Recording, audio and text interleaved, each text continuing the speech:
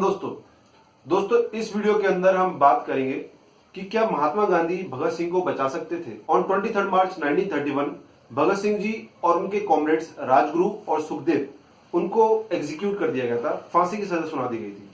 और अक्सर लोग महात्मा गांधी पे ब्लेम लगाते हैं कि उन्होंने जानबूझ के या फिर कोई कोशिश ही नहीं करी उन लोगों को बचाने की।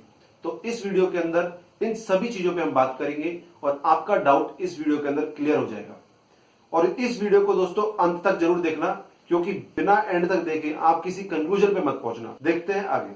तो दोस्तों इस वीडियो के अंदर आगे बढ़ने से पहले हम अपना पहला क्वेश्चन ले लेते हैं कि भगत सिंह जी को और उनके दो साथी सुखदेव और राजगुरु को फांसी की सजा क्यों सुनाई गई थी, इसका कारण क्या था। तो रीजन था दोस्तों 1927 के अंदर जब साइमन कमीशन आई थी इंडिया के अंदर, तो साइमन कमीशन के अंदर कोई भी इंडियन मेंबर नहीं था और इंडियन मेंबर ना होने की वजह से उसके खिलाफ प्रोटेस्ट हो रही थी और उस प्रोटेस्ट को लीड कर रहे थे लाला लाजपत राय पंजाब के अंदर। और उस प्रोटेस्ट को इलीगल मान के वहां के सुप्रिंटेंडेंट ने ऑर्डर दिया कि लाठीचार्ज किया जाए। और उस लाठीचार्ज के दौरान लाला लाजपत राय के सर पे बहुत सारी लाठियां पड़ी और इसी के कुछ दिनों बाद लाला लाजपत राय को दिल का दौरा पड़ गया। और इसी चीज को अवेंज करने के लिए भगत सिंह ने और उनके रिवोल्यूशनरी ये प्लान बनाया कि जो सुप्रिंटेंडेंट ऑफ पुलिस है जेम्स स्कॉट, उसको वो गोली मार देंगे। लेकिन एंड टाइम पे वो नहीं मिला और उसकी जगह assistant superintendent of police John P Saunders को गोली मार दी गई किसी वश। तो दोस्तों इसी वजह से इन तीनों को फांसी की सजा सुनाई गई थी। और दोस्तों हम अक्सर देखते रहते हैं कि लोग महात्मा गांधी को क्रिटिसाइज करते रहते हैं कि उन्होंने भगत सिंह जी को या फिर उनके साथियों को बचाने की कोशिश नहीं की थी। तो इन चीजों पे हम बात करेंगे और जानेंगे कि महात्मा गांधी के क्या स्टैंड थे या फिर उन्होंने क्या क्या एफर्ट्स किए थे। तो दोस्तों गांधी जी का हमेशा से अहिंसा को ज्यादा महत्व था हिंसा के बदले, और वो हमेशा मानते थे कि किसी भी तरह की हिंसा, चाहे वो लॉ के अंदर जो रेगुलेटेड है जैसे कि जेल में भेजना या फिर कैपिटल पनिशमेंट फांसी की सजा, उसको भी वो नहीं मानते थे। और वो कहते थे कि ऐसी पनिशमेंट किसी को भी नहीं देनी चाहिए।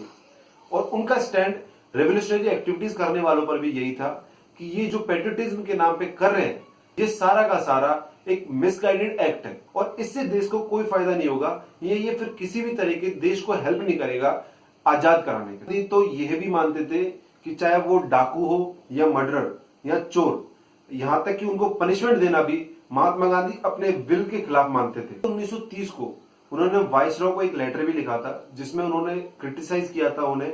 और 31 जनवरी 1931 के अंदर उन्होंने इलाहाबाद में भी ये चीज कही थी कि जो भी अभी फांसी की सजा पाने वाला है उन सबको छोड़ देना चाहिए, यहां तक कि उनको जेल में भी नहीं रखा जाना चाहिए। गांधी जी का ये मानना था। और दोस्तों जब भी गांधी इरविन पैक्ट की बात की जाती है तो उस वक्त भगत सिंह जी की रिहाई की भी बात की जाती है। ये क्यों?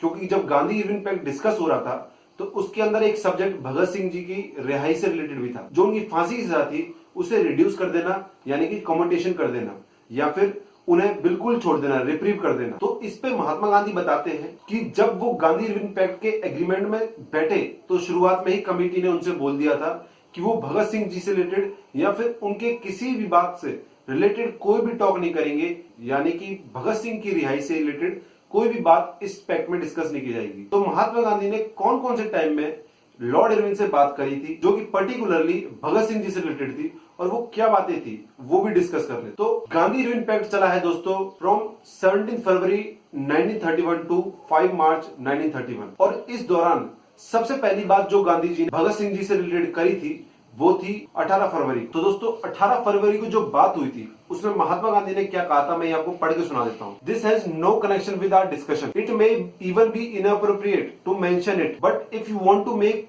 The present atmosphere more favourable you should suspend Bhagat Singh execution. और इसी के बदले लॉर्ड इरविन ने कहा I am very grateful to you that you have put this thing in such a manner.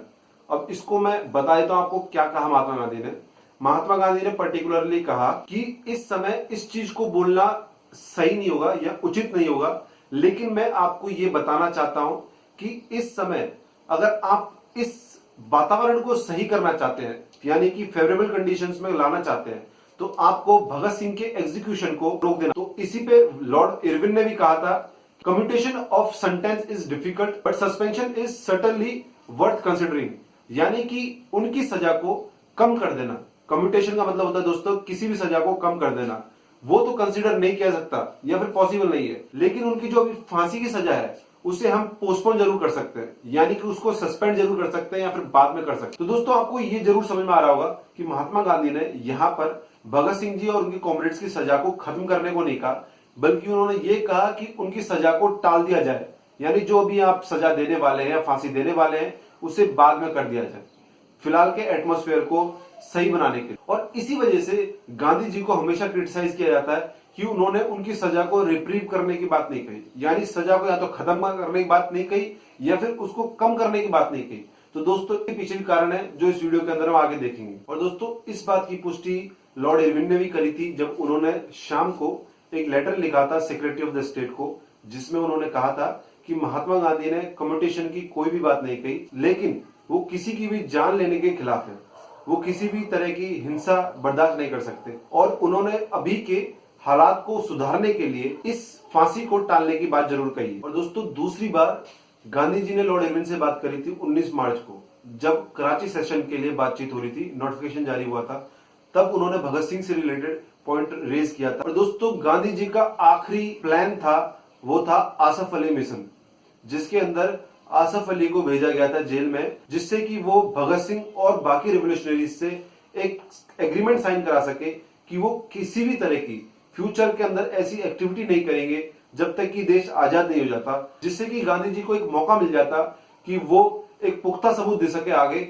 और उनकी फांसी की सजा को रोक दिया जाए। और इसका आसफ अली ने खुद ने भविष्य न्यूज़पेपर के अंदर व्याख्या की थी। उन्होंने बताया कि सारे किए कराए पे पानी फेर दिया गया जब भगत सिंह जी की मर्सी पिटीशन को रिजेक्ट कर दिया गया। और दोस्तों रॉबर्ट बर्नियर्स ऑफ न्यूज क्रॉनिकल्स, उन्होंने भी ये बताया था कि महात्मा गांधी कराची सेशन में जाने से पहले डिले कर रहे थे और उसका कारण था कि वो एक बार लॉर्ड इरविन से बात करना चाहते थे, मिलना चाहते थे और उन्हें बताना चाहते थे कि जो अभी भी एग्जीक्यूशन का जो ऑर्डर है उसे आप डिले कर दीजिए। और इसी के साथ कुछ आशा देखते हुए 23 मार्च को महात्मा गांधी ने सुबह एक लेटर भी लिखा था लॉर्ड इरविन को, जिसमें उन्होंने संबोधन किया डियर फ्रेंड से लॉर्ड इरविन को। और उस लेटर के अंदर उन्होंने रिक्वेस्ट करी थी कि उनकी तीनों की सजा को कम कर दिया जाए, यानी कि कम्युटेशन की बात करी थी उसमें। और महात्मा गांधी ने उस लेटर के अंदर रीजन दिया था पब्लिक ओपिनियन, इंटरनल पीस और रेवोल्यूशनरी एक्टिविटीज को कतई खत्म कर देने के वादे के साथ। लेकिन महात्मा गांधी की ये सारी की सारी कोशिशें विफल हो गई, क्योंकि उसी दिन 23 मार्च को शाम 7 बजे उन तीनों को फांसी पर लटका दिया गया। और जो उस वक्त महात्मा गांधी के साथ थे, जो आई विटनेस थे, वो खुद ये बताते हैं कि इस बात को सुन के Mahatma Gandhi was completely shocked. और दोस्तों इसके अंदर दूसरे एंगल देखे जाए तो यहाँ पर महात्मा गांधी की हार नहीं हुई थी, यहाँ पर जो जीत हुई थी वो ब्रिटिश ब्यूरोक्रेसी की हुई थी, क्योंकि सारे के सारे ब्यूरोक्रेट्स वो अगेंस्ट में थे कि बिल्कुल भी ये फांसी की सजा कम नहीं होनी चाहिए या पोस्टपोन नहीं होनी चाहिए, बल्कि उस फांसी की सजा को जो 24 तारीख को होने वाली थी उसे एक दिन प्रीपोन कर लिया गया कि कहीं ना कहीं ये और भड़का देगी और लोगों के अंदर आक्रोश आ जाएगा। और यही नहीं दोस्तों, भगत सिंह जी ने खुद ने लेटर लिखा था, उसमें उन्होंने कहा था कि जो हमने गलती करी है वो मिलिट्री लॉ को फॉलो होती है और इसीलिए हमें मिलिट्री के बातें यानी कि फांसी की ना सजा सुना के हमें गोलियों से भून दिया जाए। यहां तक कि दोस्तों लॉर्ड इरविन खुद ही एंड तक बिल्कुल डाउट में आ गए थे, इतना प्रेशर था कि उनको एक दिन पहले सजा देनी पड़ी। जतेंद्र नाथ सान्याल जो बिल्कुल इस एक्ट को पूरे को बहुत क्लोज से देख रहे थे, वो खुद बताते हैं कि लॉर्ड इरविन पर इतना प्रेशर था यूरोपियन आईसीएस कैडर का कि उन्होंने ये तक कह दिया था कि अगर इनकी सजा कम हो गई या फिर लेट हुई तो वो सारे के सारे पंजाब कैडर के आईसीएस ऑफिसर्स एक साथ रिजाइन दे देंगे। और दोस्तों सीतारामैया, मीर बहन, आसिफ अली, अरुणा आसफ अली जैसे लीडर्स ये तक बताते हैं कि महात्मा गांधी ने जो उस टाइम एफर्ट्स लगाए थे उनके भगत सिंह जी को और उनके कॉमरेड्स को बचाने के लिए, वो सराहनीय थे। तो दोस्तों आप लोगों के दिमाग में कहीं ना कहीं ये क्वेश्चन आ रहा होगा कि जो महात्मा गांधी ने एंड में किया कम्युटेशन से रिलेटेड, वो शुरुआत में क्यों नहीं किया? तो इसका कारण था इंडिया के जो उस टाइम के हालात थे, यानी इंडियंस की जो उस टाइम की वैल्यू थी उससे रिलेटेड। अगर महात्मा गांधी स्टार्टिंग में ऑफर देते कि भगत सिंह की फांसी को वो कम्यूटेट कराना चाहते हैं, तो क्या मानते अंग्रेज? बिल्कुल भी नहीं। इसीलिए उन्होंने दूसरा तरीका अपनाया बार्गेनिंग का कि पहले फांसी को डिले कराया जाए और उसके बाद उस फांसी की सजा को रिप्रीव कराया जाए, यानी कि बिल्कुल खत्म कराया जाए। गांधी जी को क्रिटिसाइज करने वाले लोग हमेशा ये भूल जाते हैं कि अगर वो भगत सिंह जी को, सुखदेव को, राजगुरु को बचा लेते तो उनको उससे फायदा ही होता। क्या फायदा होता मैं बताता हूं। उनको ये फायदा होता कि लोगों के अंदर एक मैसेज आता कि नॉन वायलेंस की जीत हुई है वायलेंस के ऊपर, और यूथ के अंदर एक मैसेज आता कि नॉन वायलेंस के पाथ पर ही चलकर वो देश को आजादी दिला सकते हैं। लेकिन उन्होंने अपने एफर्ट्स पूरे लगाए, लेकिन वो सक्सेस नहीं हो सके, वो अलग चीज थी। तो दोस्तों, आशा करता हूं कि आपको समझ में आया होगा और पता चला होगा कि महात्मा गांधी ने कितने एफर्ट्स डाले थे और क्या क्या तरीके के एफर्ट्स डाले थे। आप खुद अपने व्यूज भी मुझे कमेंट करके बता सकते हैं कि आपका क्या सोचना है इसके ऊपर। मेरी वीडियो आपको इंफॉर्मेटिव लगी होगी और जो मैंने आज आपको बताया उससे आपको पता चल गया होगा कि महात्मा गांधी ने कितने एफर्ट्स डाले थे भगत सिंह जी को और उनके कॉमरेड्स को बचाने के लिए। इसी के साथ मेरे चैनल को सब्सक्राइब करिए, वीडियो को लाइक करिए अगर आपको पसंद आए तो, नहीं तो डिसलाइक भी करिए और अपने दोस्तों के साथ शेयर करिए इसे, जिससे कि मुझे और सब्सक्राइबर मिल सके और इसी तरह का कुछ कंटेंट मैं आपके लिए लाता रहूं और आपको इन्फॉर्मेशन देता रहूं।